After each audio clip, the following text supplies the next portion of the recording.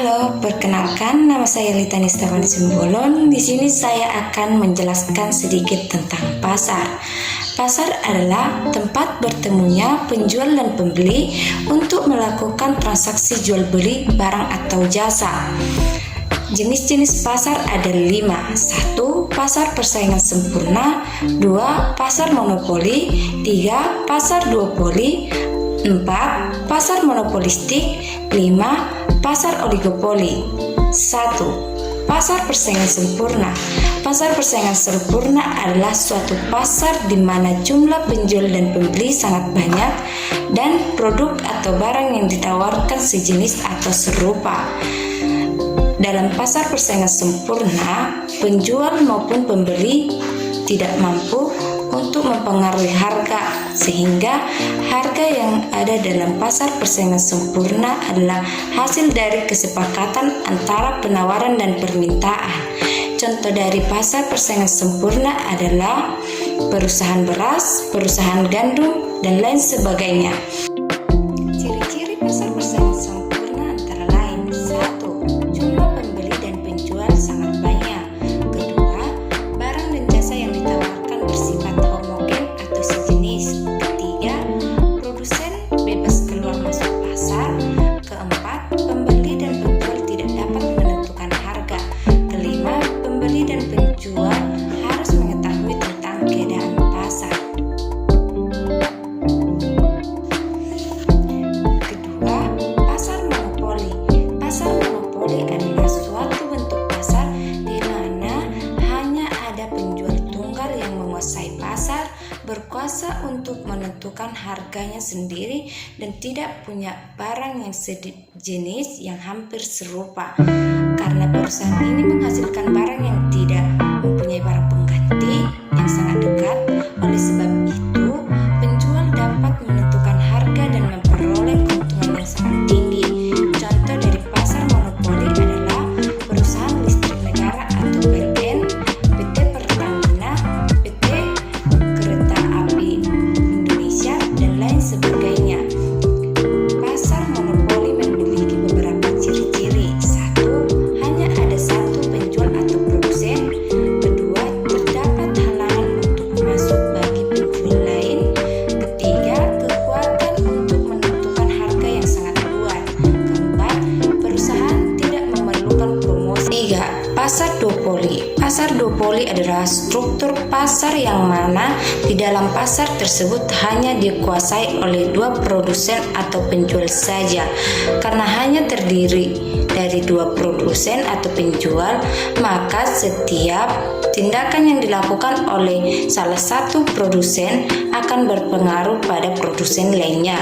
Contoh Wings Food dan Indofood dalam persaingan pasar mie instan. Ciri-ciri pasar duopoli antara lain hanya terdapat 2 produsen saja yang saling bersaing. Kedua, harga ditentukan secara sepihak oleh kedua penjual baik dengan kesepakatan ataupun tidak. Ketiga, produsen mempunyai ketergantungan strategis yang sangat tinggi. Keempat, perusahaan baru sulit untuk bersaing. Keempat, pasar monopolistik. Pasar monopolistik adalah salah satu bentuk pasar di mana banyak produsen yang menghasilkan barang yang serupa tetapi memiliki perbedaan dalam beberapa aspek.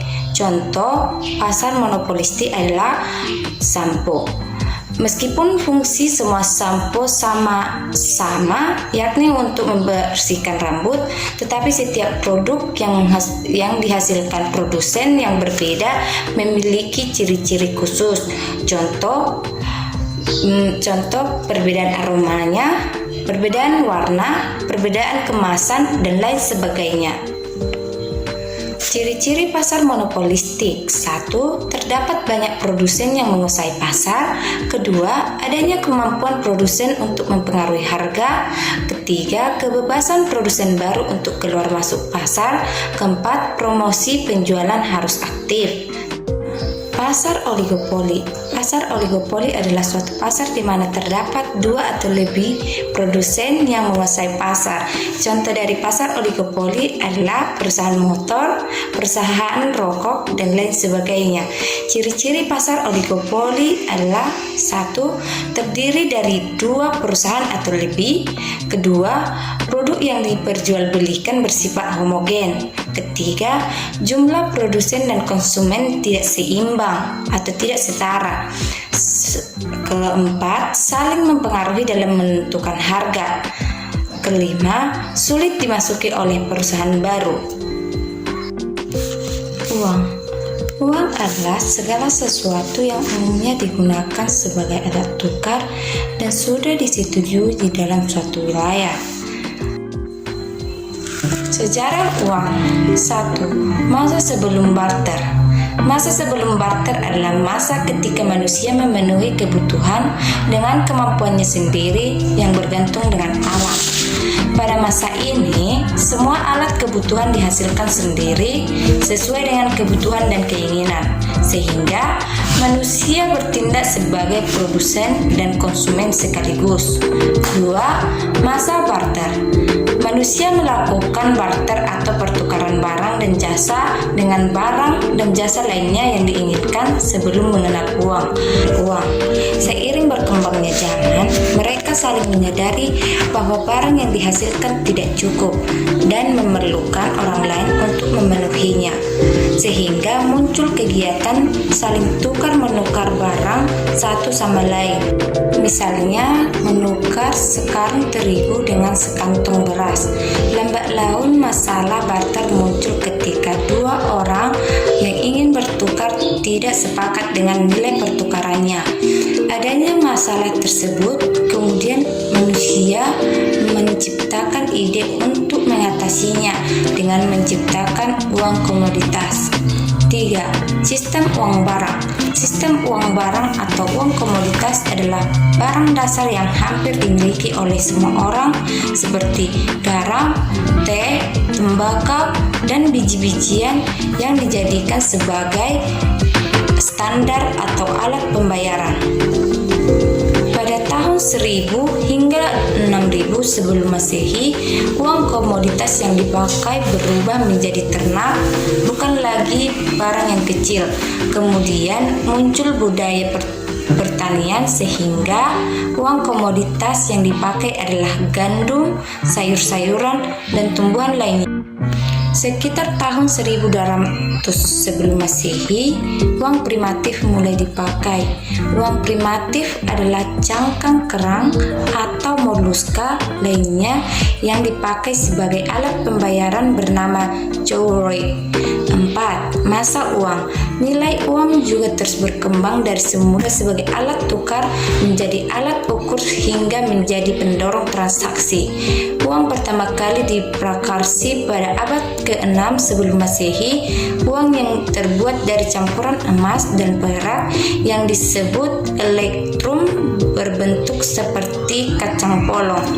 Pembuatan uang kertas dilakukan karena pasokan logam mulia sebagai bahan baku pada masa itu sangat terbatas dan bertransaksi dalam jumlah besar sangat sulit dilakukan dengan uang logam.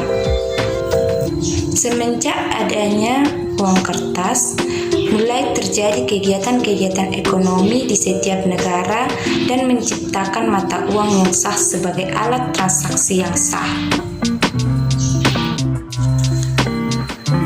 Jenis nilai-nilai uang. 1. Nilai nominal. Nilai yang tertera atau tercantum dalam uang. Contoh, 2000, 100 rupiah. Kedua, nilai intrinsik. Nilai bahan pembuatan uang. Contoh, kertas dan logam. 3. Nilai internal. Kemampuan uang ketika ditukarkan atau ditransaksikan.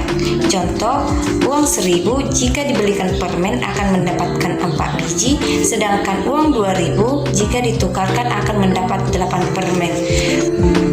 Fungsi uang. Ada beberapa fungsi uang. 1. Alat pembayaran.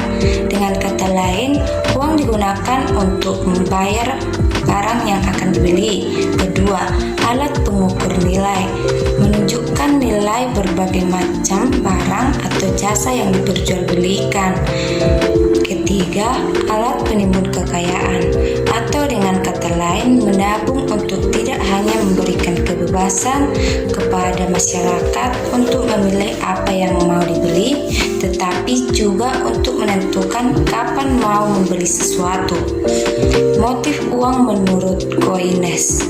1. Transaksi, maksudnya uang digunakan sebagai alat pembayaran.